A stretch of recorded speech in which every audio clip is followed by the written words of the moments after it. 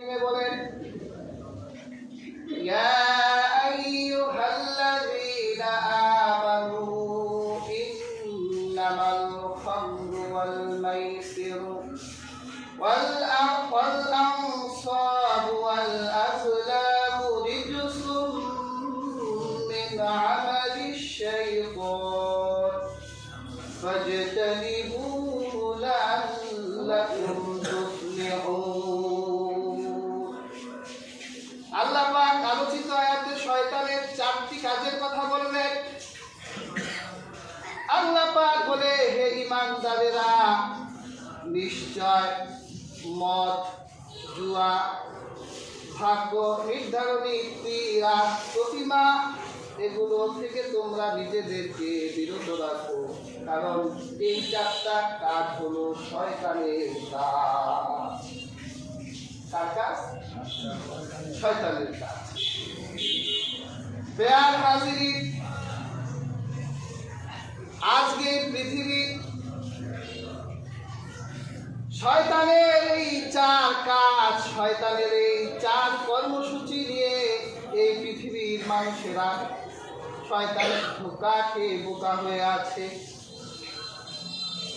আল্লাহ পাক শয়তানের একটা কাজ বলল মদ।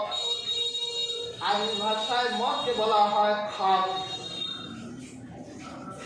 খামর শব্দের অর্থ হচ্ছে ঢেকে ফেলা। আল্লাহ আমাদেরকে, আমরা মানুষ, আল্লাহ আমাদেরকে সুন্দর একটা বিবেক দিছে না? কি বলেন? হ্যাঁ, কথা বললেন, আজকে কিছু কথা বলবো। সুন্দর একটা বিবেক আল্লাহ মানুষকে দিয়েছে। কুত্তারে আল্লাহ ওই বিবেক দেয় নাই, জানোয়ারে আল্লাহ ওই বিবেক দেয় নাই, মানুষকে আল্লাহ যে বিবেকটা দিয়েছে। মদ এমন একটা শয়তানের কাজ, মানুষের এই সুন্দর বিবেকটাকে শয়তান মদ দিয়ে ঢেকে ফেলে।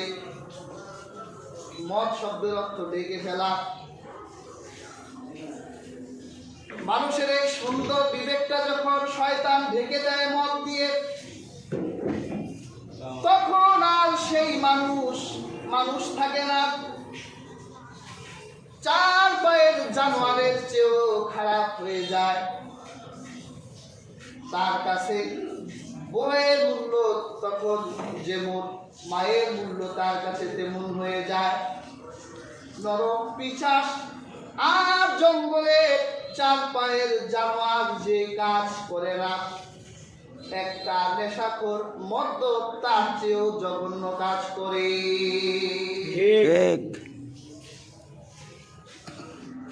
হাদিস শরীফে মদকে বলা হয়েছে এটা সব পাপের মা। পৃথিবীতে সন্তান জন্ম নেয় কি দিয়ে? মা দিয়ে জন্ম নেয়। এই পৃথিবীর পাপের মা বলা হয়েছে মদকে। আল্লাহর হাবিবের জলিল কদর সাহাবী হযরত ওসমান, তিনি একদিন মজলিসে বসে আছেন, ওয়াজ করছেন। হযরত ওসমান রাদিয়াল্লাহু তাআলা আনহু তিনি বললেন, ইজতানিবুল খামর ফাইন্নাহা উম্মুল খাবাইস, তোমরা মদ থেকে, নেশা থেকে বিরত থাকো, কারণ এটা হলো সব পাপের মা। এক্সাম্পল দিলেন, এক দুষ্ট দুরাচারী এক মহিলা, সে এক আবেগ দরবেশকে ভালোবাসত। ভাবতে আছে, একদিন যদি নিরিবিলি ঘরে দরবেশকে পাইতাম, কতই না ভালো। দরবেশের কাছে দাসী পাঠানো হলো, আমাদের অমুক মহিলা আপনার কাছে মাসআলা জানতে চায়, আপনাকে কিছু প্রশ্ন করতে চায়, আসে। ওই দরবেশ আল্লাহ ভক্ত ইবাদত গুজারি ব্যক্তি মাসআলার উত্তর দেওয়ার জন্য দাসীর সাথে সে মহিলার বাড়ি এলেন। মহিলা ঘরের কবাট বন্ধ করে দিলেন। ইশারা করে সে আবেদ দরবেশ বান্দাকে দেখায়, বলছে এই যে দেখো টেবিলের ভিতরে মদ, আর ফুটন্ত ফুলের মতো একটা নিষ্পাপ বালক, আর আমি তোমার তিনটার ভিতরে যে একটা পাপ করতেই হবে আজ, হয় আমার সাথে ফিজিক্যাল রিলেশন করো, নতবা মদ খাও, আর তা না হলে এই ফুটন্ত গোলাপের মতো বাচ্চাটিকে হত্যা করো। তুমি তিনটার যে কোনো একটা পাপ যতক্ষণ না করবা ততক্ষণ পর্যন্ত তোমার জন্য দরজা খোলা হবে না। দরবেশ চিন্তা করলো যে তিনটা পাপের ভিতরে তুলনামূলক অপরাধ কোনটার কম, সেইটা করি, বড় দুইটা ছাড়। চিন্তা করলো মানুষ হত্যা করলে গোটা পৃথিবীকে হত্যা করার মতো, এটা বড় পাপ, করা যাবে। আর জেনাও করবো না, এর চেয়ে এক গ্লাস মদ খাই। আবেদ লোকটা যখন মদ পান করলো, সুন্দর যেই বিবেক, এই বিবেকটা ঢেকে গেল, মাতাল হয়ে গেল, নেশাখোর হয়ে গেল। এখন তার কাছে সত্যের যে মূল্য, মিথ্যার মূল্য একই, হালালের মূল্য যা, হারামের মূল্য তাই। যখন তার সুন্দর বিবেকটা ঢেকে গেল, মাতাল হয়ে গেল, এখন তো সে মাস্তান হয়ে গেছে, অহংকার বেড়ে গেছে, তার ভিতর শয়তান ভর করেছে, সে বালকটিকে এক কোপ দিয়ে হত্যা করলো, আর ওই নারীটাকে বিছানায় নিয়ে ফিজিক্যাল রিলেশন করলো। একটা পাপ করলো, ওই একটা পাপ তার আরো দুইটা পাপের রাস্তা খুলে দিল। কাজী হাজির, আজও এই পৃথিবীর বুকে যারা মদ্যপ নেশাখোর, এই নেশার যাতনা, এই নেশার খায়েশ মেটাবার জন্য হাজার পাপ তারা করে বেড়ায়। যখন তার নেশা খেতে মনে চায়, পকেটে পয়সা না থাকে, যে করে হোক তার পয়সা উপার্জন করে মদ খেতেই হবে, গাঁজা খেতেই হবে, ইয়াবা খেতেই হবে। তখন এই পাপী মৎসর একটা পাপ মেটাবার জন্য চুরি করে, ছিনতাই করে, রাহাজানি করে, মানুষ হত্যা করে হাজার পাপের ক্ষেত্র তৈরি করে।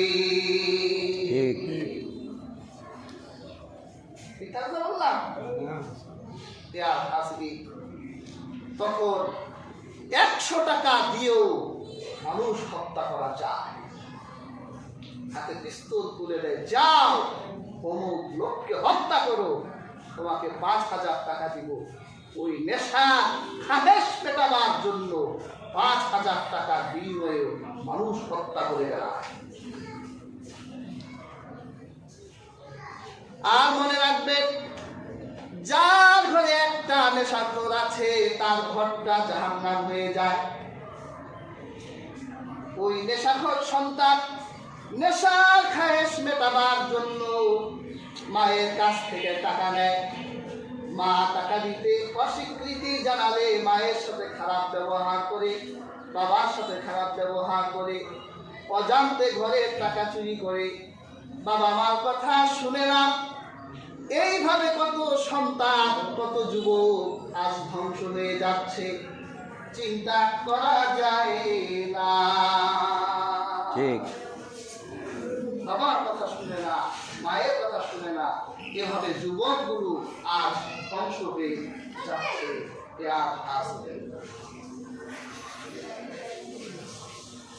কি করতে হবে আজ?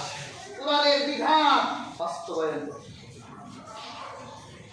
আল্লাহর হাবিব মেরাজ রজনীতে আল্লাহর দিদারে গিয়েছিলেন। আল্লাহর হাবিব জাহান্নাম দেখেছেন, জাহান্নামে জাহান্নামীদের আযাব দেখেছেন। আল্লাহর হাবিব রাসূলুল্লাহ সাল্লাল্লাহু আলাইহি ওয়াসাল্লাম বলেছেন, আমি জাহান্নামের ভিতরে এক শ্রেণীর জাহান্নামীকে দেখলাম, ওরা ক্ষুধার যাতনায় খাবার চায়, আর সেই ক্ষুধার্ত জাহান্নামীদেরকে জাহান্নামের পচা রক্ত আর পুঁজ খেতে দেয়। কি বলেন, পুঁজ খাওয়া যায়, রক্ত খাওয়া যায়, কি নোংরা। আমাদের শরীরে অনেক ফোড়া হলে সেই ফোড়া যখন পেকে যায় সেখান থেকে পুঁজ বের হয়। আল্লাহ পাক জাহান্নামের ভিতরে জাহান্নামীদেরকে, যে সকল জাহান্নামীরা পৃথিবীর বুকে মদ সেবন করত, মদ খেত, আল্লাহ জাহান্নামের ভিতরে তাদেরকে জাহান্নামীদের গলিত পচা রক্ত আর পুঁজ খেতে দিবে। নাউযুবিল্লাহ।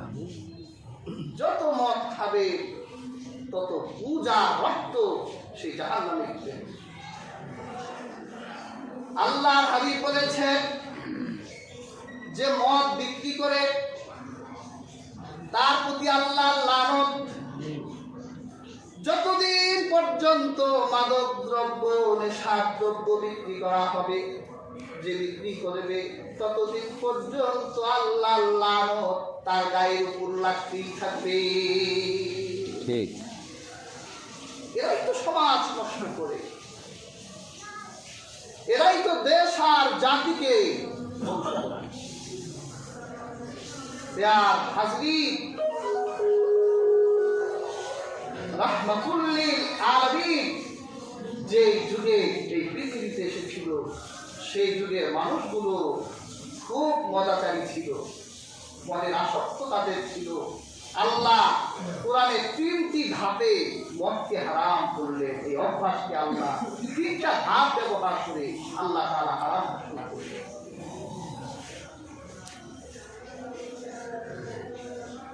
প্যার হাজরিন, আজ হক কথা বলতেই হয়। লক্ষ্য করে দেখেছি সারা বাংলাদেশের সবচেয়ে বড় বড় যে মদের আখড়াগুলো আছে, এর ভেতরে আমার লৌহজনের, আমার জন্ম নেওয়া এই মাটিতে, এই কোয়ারি বাংলার ভেতরেও কিন্তু মদের আখড়া আছে। ঠিক। মদের আখড়া আছে। সারা দেশ থেকে মদকরা ঢুকে যায়, অর্থ ব্যয় করে ফিরে যায়। লক্ষ্য করছি এখন চুরিও বেড়ে গেছে, রাহাজানিও বেড়ে গেছে, ছিনতাইও বেড়ে গেছে। কোরআনের সাথে মিল পাচ্ছেন না? হুমকির মুখে পড়ে যাচ্ছি আমরা। যুব সমাজগুলো আজ ধ্বংসের দ্বার প্রান্তে। যারা এই পৃথিবীর বুকে নেতৃত্ব দিবে, এই শয়তানেরই অস্ত্র ব্যবহার করে তাদেরকে ধ্বংস করে দেওয়া হচ্ছে।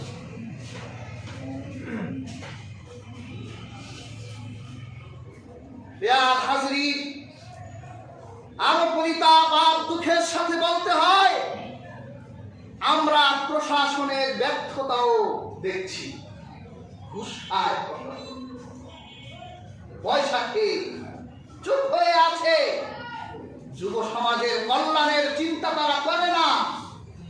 যদি দেশ আর দেশের চিন্তা তারা করতই, তাহলে 24 ঘন্টার আলটিমেটাম দিত। 24 ঘন্টা সময়ের ভিতরে যত মাদক কারবারি আছো, তোমাদের মাদক দ্রব্যগুলো একত্রিত করো, আগুন দিয়ে তারা জ্বালায় দিতে পারত। কিন্তু আগুন দিয়ে জ্বালায় না। প্রত্যেক মদে তাদেরও ভ্যাট আছে, তাদের কাছে পয়সা ঢুকে।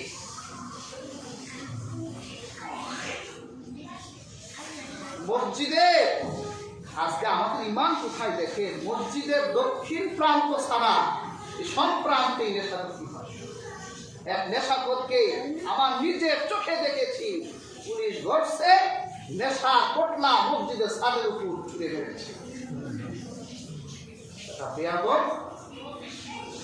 কথা হলো। আর যদি এই হক কথা নাও বলি, কিয়ামতের দিন আল্লাহর কাছে কি জবাব দিবে?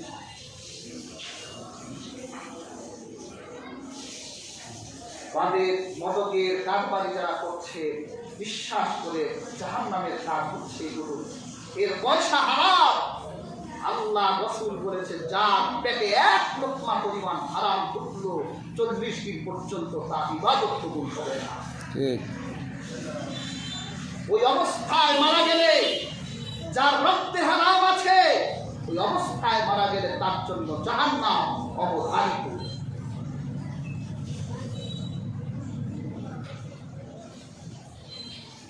প্যার হাজরিন, মাদক এটা শয়তানের কাজ, আল্লাহ তাআলা বলেছেন।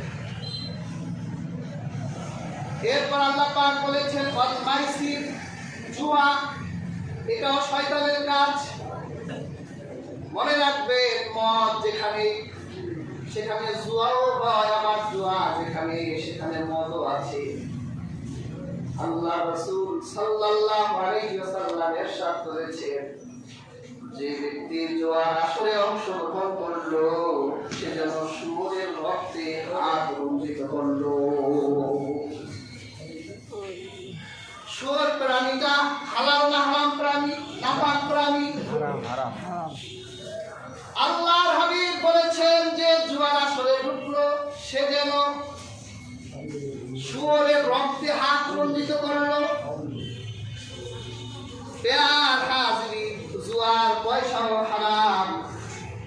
এই জুয়াও সমাজে শান্তি আনে না। আপনারা হয়তো বুঝে গেছেন 2021 সালে একজন প্রকৌশলী, তার নাম ছিল রাকিব। এই রাকিবের ফ্ল্যাট থেকে 3টা লাশ বের হলো, বাংলাদেশের নিউজ। একজন ভদ্র মহিলার লাশ, আরেকটা মেয়ের লাশ, আরেকটা ছেলের লাশ। পুলিশ তদন্ত করে ব্রাহ্মণবাড়িয়া থেকে শিক্ষিত প্রকৌশলী রাকিবকে যখন আটক করলো, তার জবানিতে সে নিজেই বলেছে সে জুয়ায় আসক্ত ছিল। মানুষের কাছ থেকে কোটি কোটি টাকা ধার নিয়ে সব হেরে গেছে।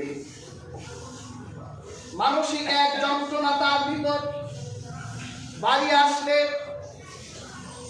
বউ বাচ্চাদের কাছেও সে দাম পায় না। অবশেষে পশুর মতো সিদ্ধান্ত নিল, ঘুমন্ত স্ত্রীর মাথায় লোহা দিয়ে বাড়ি দিয়ে হত্যা করলো। নিজের আপন মেয়ের ঘরে ঢুকে, 6 বছরের মেয়ে আপন মেয়ের ঘরে ঢুকে গলায় রশি দিয়া ফাঁস লাগাইয়া মেরে হত্যা করলো। এরপর নিজের আপন ছেলের কাছে যখন গেল, তার নিজের জবানিতে তার ছেলেটা তখন জেগে গিয়েছিল। বাবাকে ডেকে বলল, আব্বা আপনি কি আমাকে মেরে ফেলবেন? তখন রাকিব প্রকৌশলী বলেছিল, হ্যাঁ বাবা, আমরা সবাই মরে যাব। এই পৃথিবীতে আমাদের বেঁচে থাকার কোনো অধিকার নাই। সে নিজে কান্না করে দিয়েছে যে আমার ছেলেটারও আমি মেরে ফেললাম।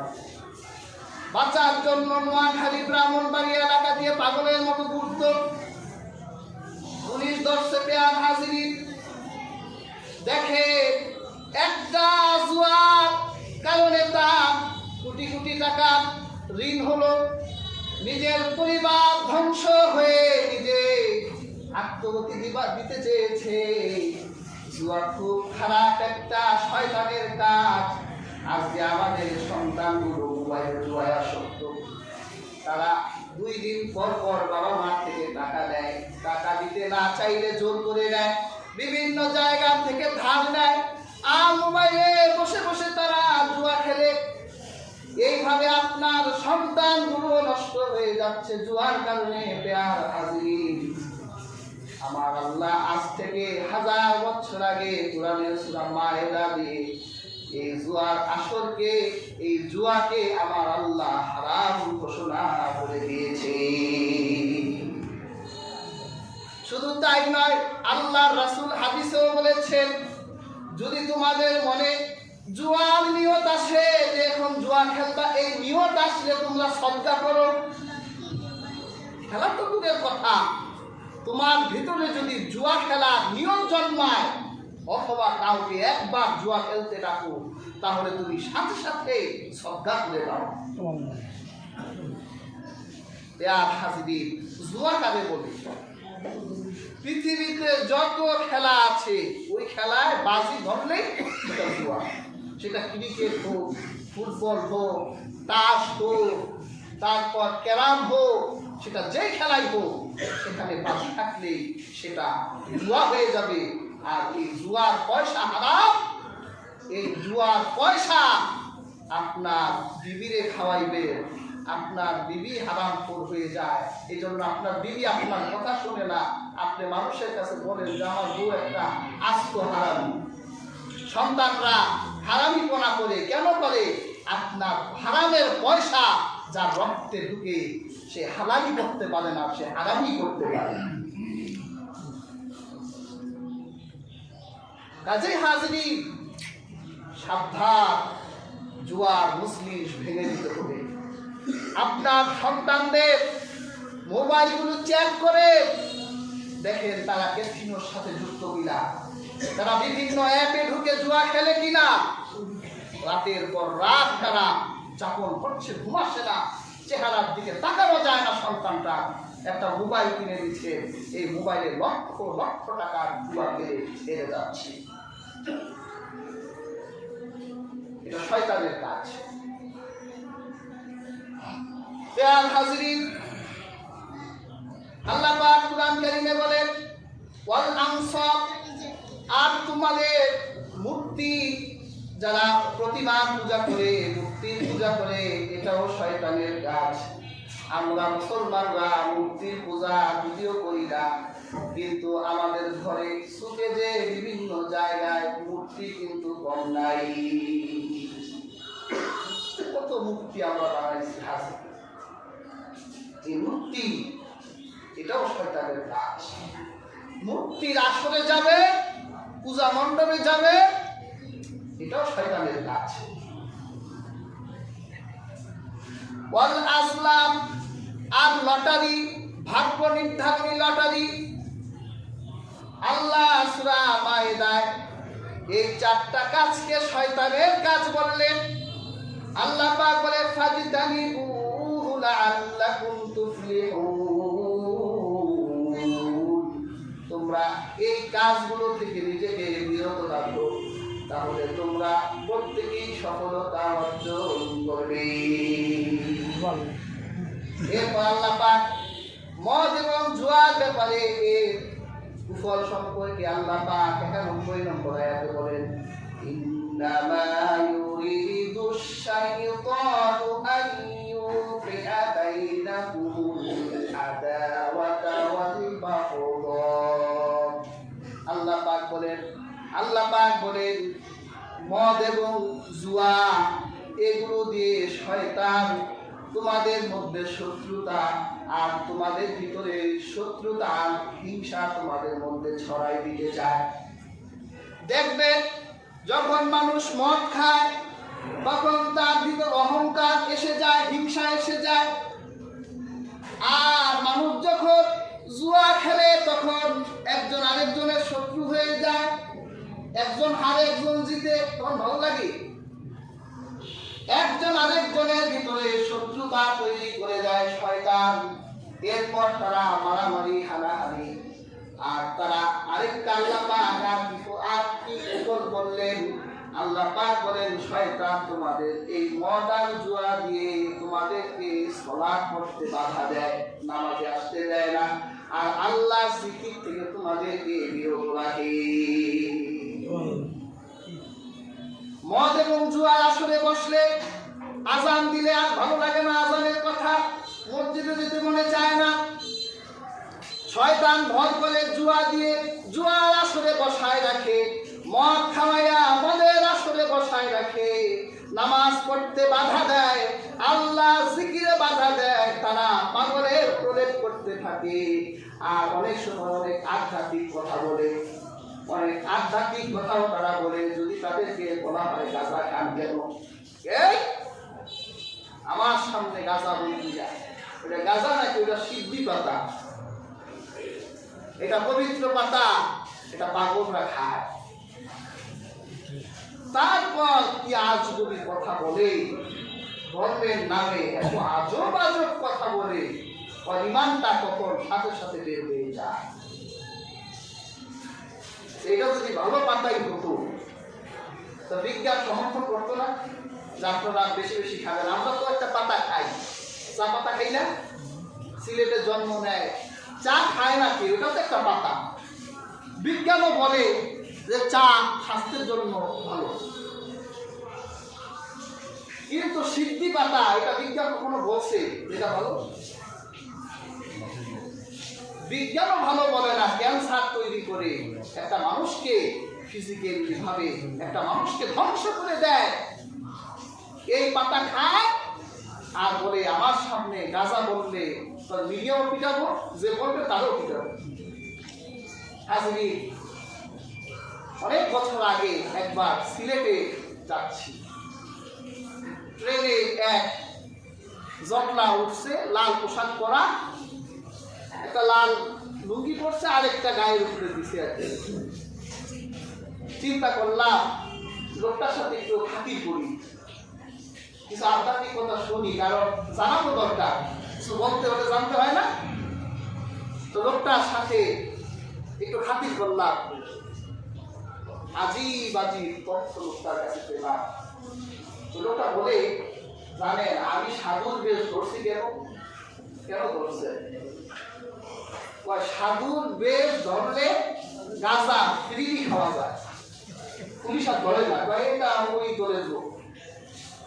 আপনি হুজুর আমার 3 বেলা খাবার না দেন, আমার কোনো কষ্টই হবে না, আমার 1 বেলা গাঁজা দিলেই হবে। কত গ্রামের কথা বলবে, এত গ্রাম খাইতে পারলে দিনের পর দিন আপনি আমাদের ভাত না দিলেও চলবে। হাজির শয়তান কিভাবে তাদেরকে তার পথ আর মতের উপর নিয়ে গেছে। এই যে মেলা হচ্ছে না, প্রসিদ্ধ মেলা, কদম পাগলকে নিয়ে আমার কোনো অভিযোগ নাই, যারা দেখি নাই, যার ব্যাপারে সঠিক কোনো তথ্য পাওয়া যায় না, তাদের নিয়ে আমার কোনো কথা নাই। সে যদি পাগল লোক হয় তা আল্লাহ দেখবে। আল্লাহ কিয়ামতের দিন পাগলটা কই যাবে জানেননি? জান্নাতে না জাহান্নামে? অনেক বর্ণনায় পাওয়া যায় আল্লাহ হাসরের মাঠে যারা পৃথিবীতে যারা সেন্সলেস ছিল, মস্তিষ্ক বিকৃতি ছিল যাদের, আল্লাহ শুধু কিয়ামতে তাদের একটা প্রশ্ন করবে, যদি জবাব দেয় জান্নাতে যাবে, জবাব না দিতে পারলে জাহান্নামে যাবে। আল্লাহ শুধু জিজ্ঞাসা করবে তোমার রব কে? যারা বলবে আমার রব আল্লাহ, আল্লাহ তাদেরকে জান্নাত দিয়ে দিবে। এদের কোনো শরীয়ত নাই, এরা নিঃস্ব অসহায় মানুষ। আপনি যদি নিঃস্ব অসহায় মানুষকে অন্যায় ভাবে থাপ্পড় দেন, আল্লাহ ওই হাত ধ্বংস করে দিতে পারে। আমরা নিঃস্ব হিসেবে, অসহায় হিসেবে তাদের সাথে ভালো আচরণ করবো, তাদেরকে গরম পানি ঢেলে দিব না, তা আল্লাহ বেজার করবে, আল্লাহ তোমাদের ধ্বংস করে দিবে, তোমার ইমানের উপর আল্লাহ গরম পানি ঢেলে দিবে। এই মজনুন ব্যক্তিটাকে নিয়ে গাঞ্জার আসর হয় না? একটা গাঞ্জা পট্টি বলে আছে। এই যে অন্যায়গুলো হচ্ছে, এর জবাবদিহিতা করতে হবে কি করে না? অবশ্যই জবাবদিহি করতে হবে। এই জাতীয় লোকরা নামাজ পড়ে না, নামাজের ব্যাপারে বিশদগার করে, তাই নামাজেরা পাইছে করি, আমরা গাঁজা খাইয়া দায়ী নামাজ পড়ি। আবার দলিল কোরআন শরীফ থেকেই দেয়, সূরা মাআরিজের সম্ভবত 21 নম্বর আয়াত থেকে দলিল দেয়, আল্লাযীনা হুম আলা সালাতিহিম দাঈমুন। আল্লাহ বলেছে যারা নামাজের উপরে দায়ী থাকে, আমরা দায়ী নামাজ পড়ি, আর মোল্লারা কায়েমি নামাজ পড়ে। তো রাসূল পাক সাল্লাল্লাহু আলাইহি ওয়াসাল্লাম কিসের নামাজ পড়ছে? দায়ী নামাজ পড়ছে নাকি? দায়ী নামাজ যদি পড়তো পৃথিবীতে মসজিদ থাকতো? সারা পৃথিবীতে মসজিদ, এরকম পাগল সারা পৃথিবীতে আছে নাকি? এক এক দেশের পাগল এক এক সংস্কৃতিতে আছে। সবার সংস্কৃতি এক হলে বোঝা যেত যে না, এটার একটা সেন্টার আছে, কিন্তু গোটা পৃথিবীতে মসজিদ থাকার অর্থই হলো মসজিদের সেন্টার আছে। পৃথিবীর প্রথম মসজিদ, মসজিদুল হারাম, স্বয়ং আমার আল্লাহ কাবার বুকে প্রতিষ্ঠিত করেছে। আমার রাসূল কায়েমি নামাজ পড়ার জন্য মসজিদে নববী বানিয়েছে। এর থেকে বোঝা যায় নামাজ কায়েমি করতে হবে। আপনারা যে দায়িত্বের কথা বলেন, ওটা যদি জিকির আজকার হয়, আমরা এটা মানি যে একজন মানুষ সবসময় জিকির আসগারের আলোতে থাকবে, পাক পবিত্র হয়ে থাকবে, একটা মুমিন আল্লাহর স্মরণে ডুবে থাকবে, সমস্যা নাই। কিন্তু আপনি যদি দায়ীর নামে ওই নামাজ পড়ে এ নামাজ অস্বীকার করে, আপনি অনেক আগেই কাফের হয়ে গেছেন। কাজে হাজরিন, মনে রাখতে সূরাতুল মাইদার এই আলোচিত আয়াত থেকে বোঝা যায় এই পৃথিবীতে শয়তানেরও কর্মসূচি আছে, শয়তানের কাজও আছে। আল্লাহ সূরা মাইদায় শয়তানের 4টা কাজের কথা বলল।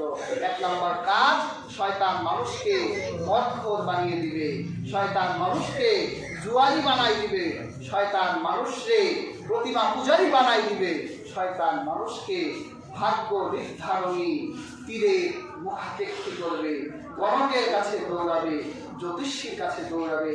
আল্লাহ যে তাকদীর দিয়েছেন এই তাকদীরকে তারা অস্বীকার করবে। আল্লাহ তাআলা আমাদের প্রত্যেককে আলোচিত আয়াত থেকে শিক্ষা গ্রহণ করার তৌফিক দান করুন। প্রিয় হাজিরিন, কখনো নেশা খাওয়া যাবে না। শরীরে এক লোকমা হারাম ঢুকলে 40 দিন ইবাদত কবুল হয় না। তওবা করে ফেলুন। নেশা খাবো না, নেশা বিক্রিও করবো না, জুয়া খেলবো না, কাউকে জুয়ার জন্য ডাকবো না, তাকদীরকে বিশ্বাস করবো, হিন্দুদের প্রতিমা পূজায় যাব না। আল্লাহ তাআলা আমাদের প্রত্যেককে তৌফিক দান করুন।